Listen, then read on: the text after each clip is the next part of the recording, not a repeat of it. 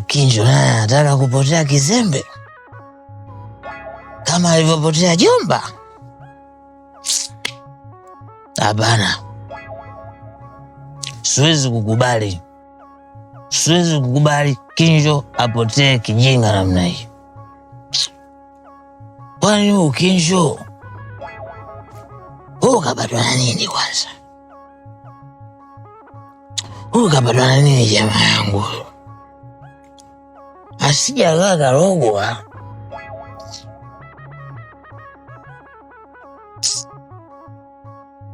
Siwezi kukubali.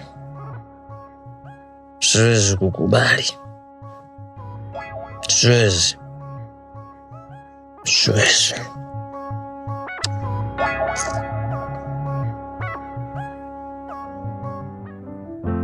Ya, unaendeleaje?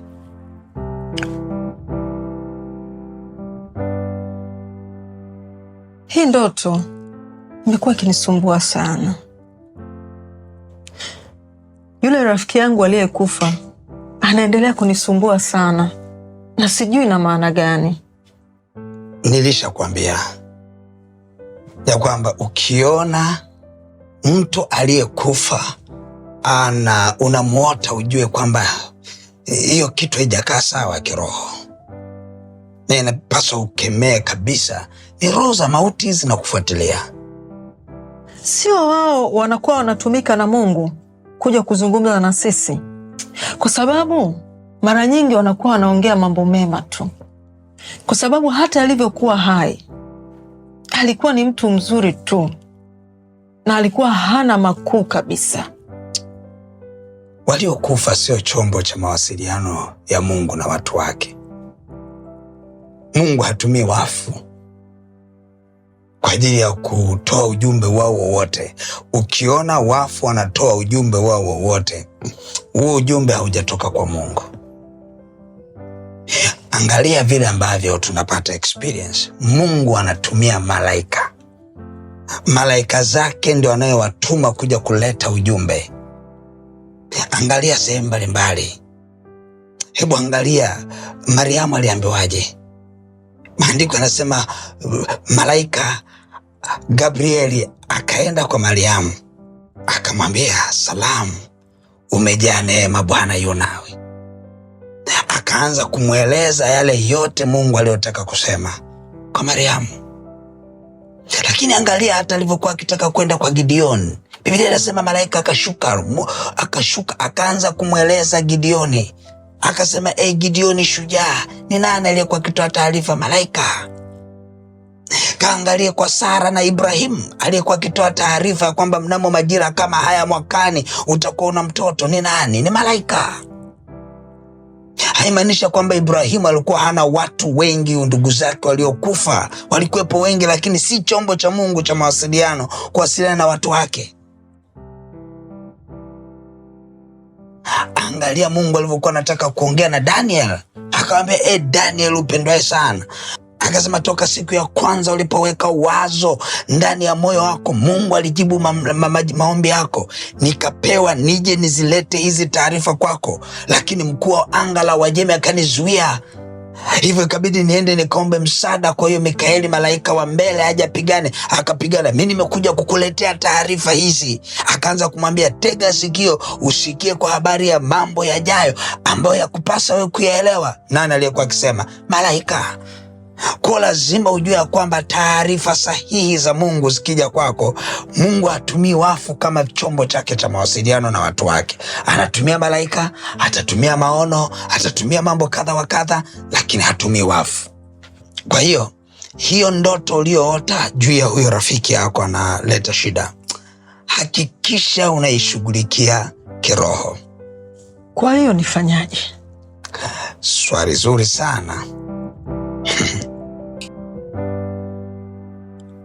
Huyu ni Farao mzima.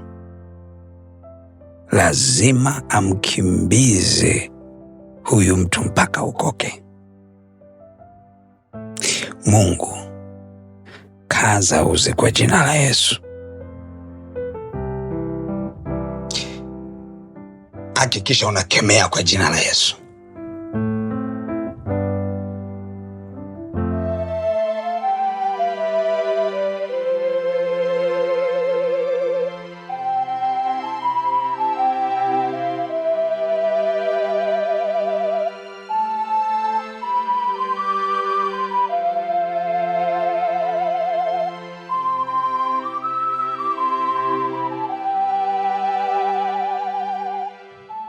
Mungu, wewe ni mwema na mwaminifu. Usiache niangamie. Najua hiki ninachokisikia hakijatoka kwako Mungu.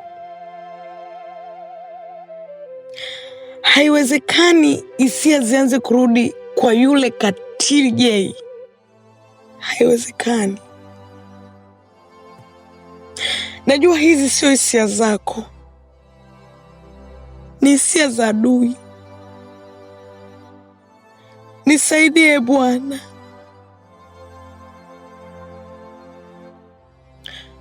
Pigana vita hii. Mimi mwenyewe siwezi tena.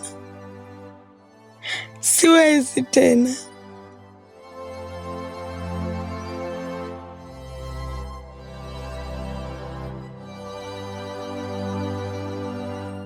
Rose, na kuona katika maono ni kama vile unarandaranda huku na huku.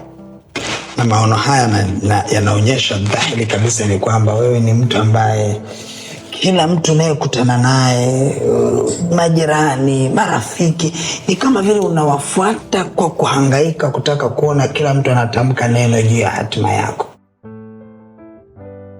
Ni kweli baba, nimekuwa nikilandalanda sana. Biblia inasema hivi, amelaaniwa mtu yule amtegemee mwanadamu, amfanyie mwanadamu kuwa kinga yake, na moyoni mwake amemwacha Bwana.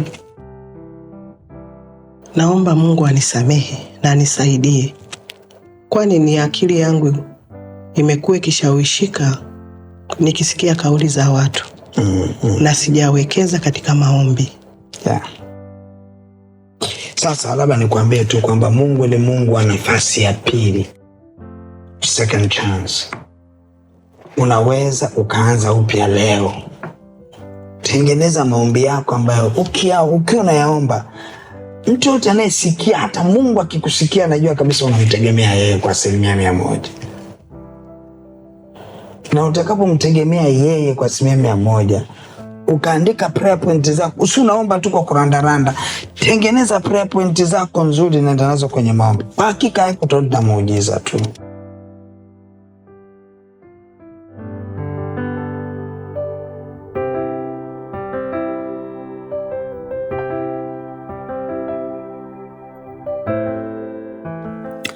Sitaki kufa kabisa. Hakika nahitaji sasa kumpa Yesu maisha yangu. Maana naona ni kama hofu na mashaka vimekuwa vikinivamia sana. Sasa acha nimalize mambo yote kichwani mwangu, ili nikiokoka niwe nimeokoka kabisa. Na kikubwa ni kumalizana na Sasha. Hawezi niona mimi mjinga. Nijilipize kisasi wakati analia. Mimi naokoka, tunakuwa tumemalizana.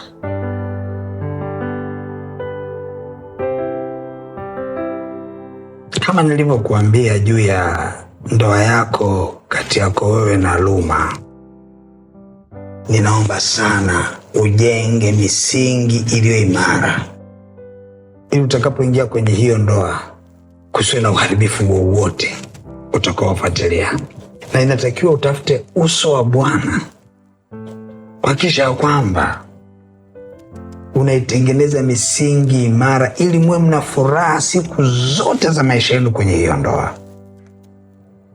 Na kitu kikubwa ambacho nasisitiza, hakikisheni mnamuondoa Jay katika ulimwengu wa roho kwenye haya mahusiano yenu ya ndoa. Msije mkaingia kwenye mahusiano haya halafu ukakuta kwenye mifumo yenu na Jay naye yumo hapa na zunguka kuleta uharibifu.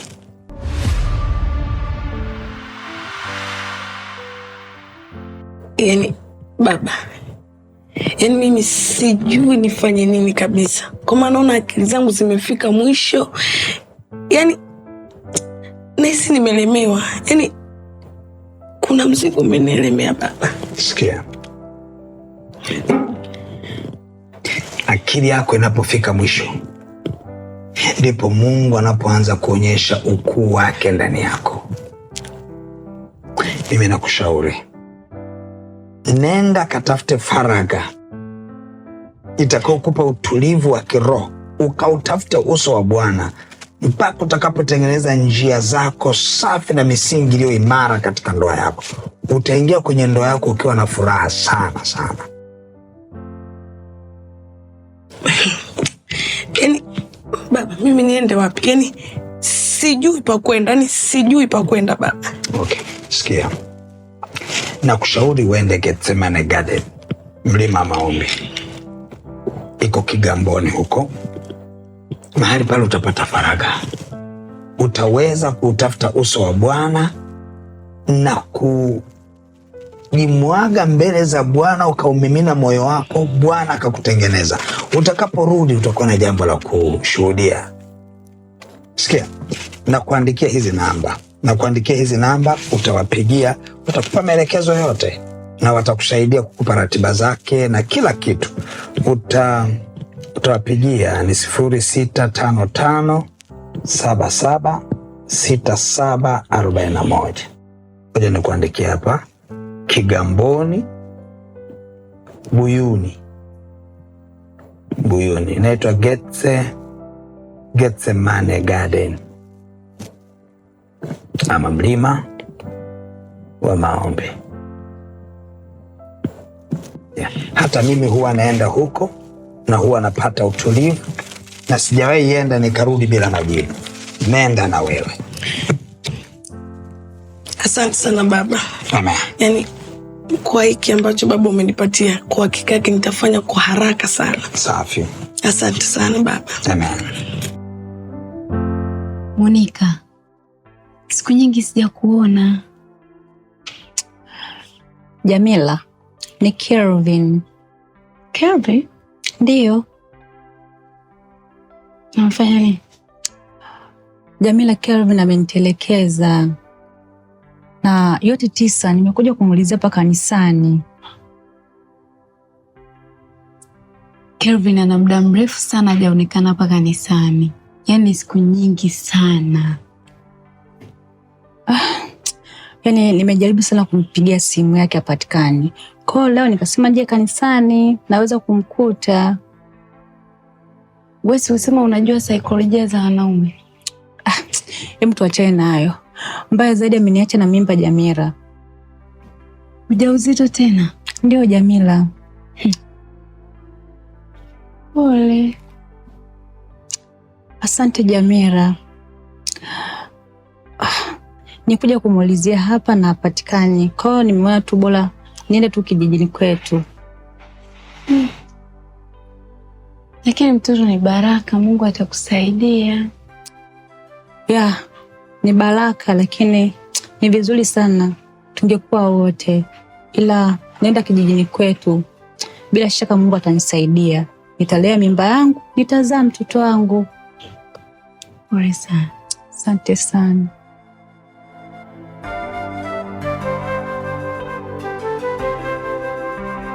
Baba, katika jina la Yesu Kristo wa Nazareti, Mungu wetu uliye hai, ikiwa Kinjo ni wa kwangu, mapenzi yako yatimie. Katika jina la Yesu Kristo wa Nazareti, Mungu wetu uliye hai. Na kama sio wa kwangu, na apotee kabisa kwenye maisha yangu. Katika jina la Yesu Kristo wa Nazareti, ninaenda kinyume na kila uharibifu wa adui. Ninaenda kinyume na kila nguvu za giza. Kila nguvu za giza zinazozuia kwenye mahusiano yangu, ninaenda kinyume nazo. Ninazisambaratisha katika ulimwengu wa roho. Ninaenda kinyume na roho za vizuizi. Ninaenda kinyume na roho za viambaza zinazozuia kwenye mahusiano yangu. Ninazisambaratisha kwa moto wa Roho Mtakatifu. Ninaenda kinyume na kila uharibifu unaozuia kwenye maisha yangu, unaozuia mahusiano, unaoleta aibu kwenye mahusiano yangu. Ninaenda kinyume na kila roho za vizuizi, roho za ucheleweshaji, roho zitendazo kazi. Katika jina la Yesu Kristo wa Nazareti, wewe hakuna jambo linalokushinda, wala hakuna jambo gumu kwako. Yote yanawezekana. katika jina la Yesu Kristo wa Nazareti.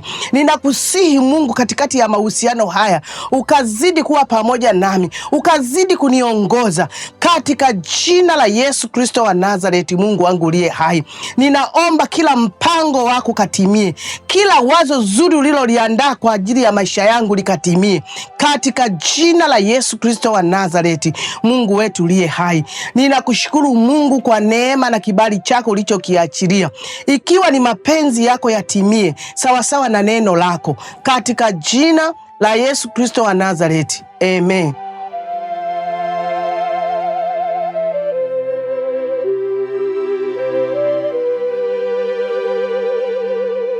Baba, nina kila sababu ya kumshukuru Mungu sana. Kwa hakika nimeona akinitetea, kwani ulikuwa ni mpango wa Mungu na upendeleo wa ajabu sana mimi kuwa mbali na Kelvin. Monica amekuja analia kwa Kelvin kamwacha, na pia na mimba yake. Nilijua tu mwisho wao utakuwa mbaya sana, kwa sababu hawa watu walikataa njia ya uzima, wakaamua kufuata njia isiyofaa.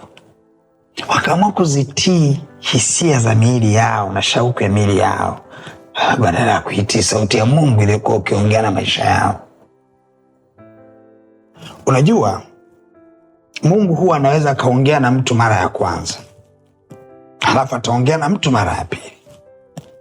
Atakapoongea na mtu mara ya tatu, Mungu anakaa kimya.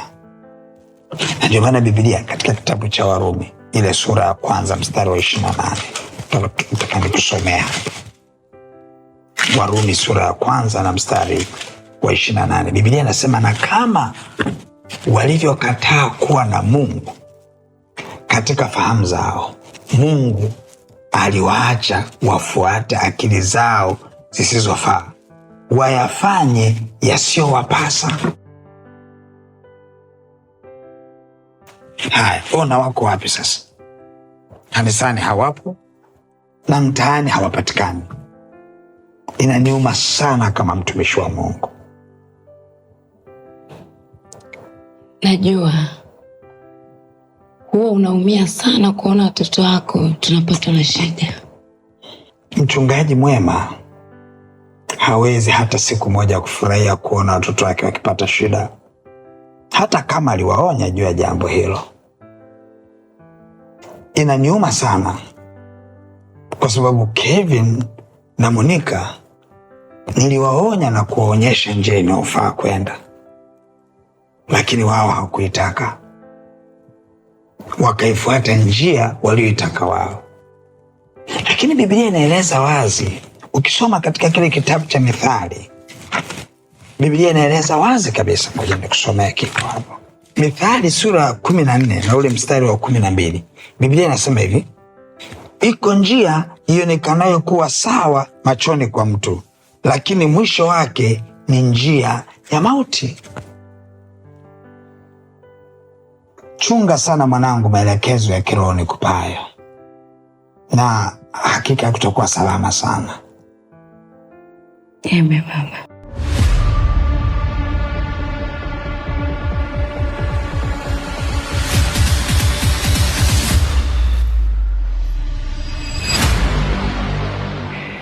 Yaani niko tayari damu imwagike ili nimpate Dina, la sivyo nitaonekana mjinga kabisa wa kutupwa,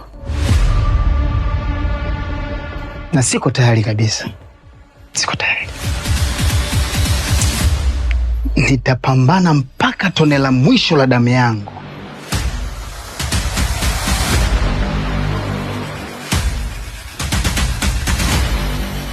Ruma hana power ya kunishinda mimi, hana nguvu za kunishinda, hana. Yaani nataka nimpige kombora moja mpaka nihakikishe hatasimama tena kwenye hii dunia. Huyu Ruma mimi anijui hata siku moja, anijui kabisa.